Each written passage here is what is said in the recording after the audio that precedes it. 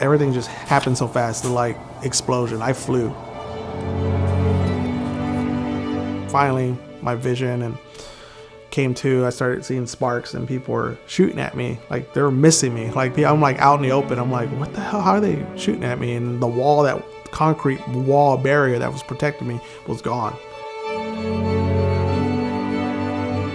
At the end, I ended up fighting it out. I had shrapnel all over me. Like I was bleeding uncontrollably. Like it was my back, arms, hands, legs. So I got the Army Accommodation Medal for Valor. So with a V device is usually an award given for people for valorous actions, you know, risking their lives to save others. And the Purple Heart as well for what I did. A lot of awards were given out that day. And Purple Hearts, unfortunately. I think all of us got injured in one way or another, either with shrapnel, bullet wounds. That's a crazy deployment. That's one of many crazy stories in that deployment.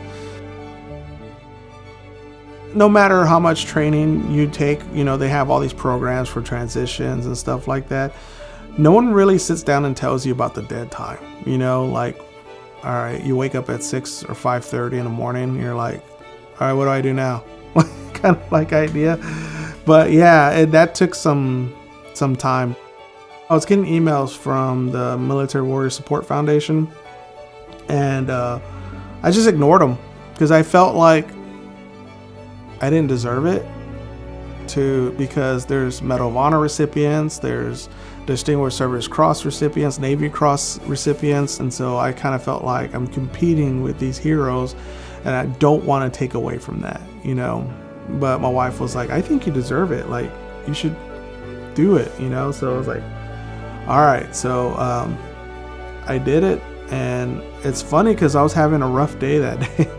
And when I got a phone call from the Military Warrior Support Foundation, they told me like, hey, you've been selected we have a home available here in Mount Pleasant, South Carolina.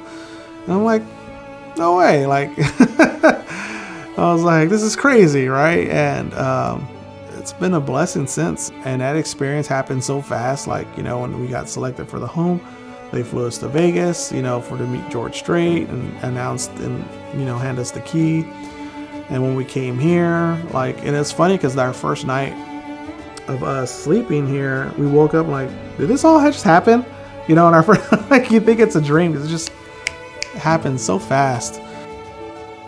I think the home are the people who create it into a home, like the emotional atmosphere that you add to it, your personality, you know, like stuff like this that are on our wall that kind of tell a story about who we are, our people. I think that's what makes it into a home.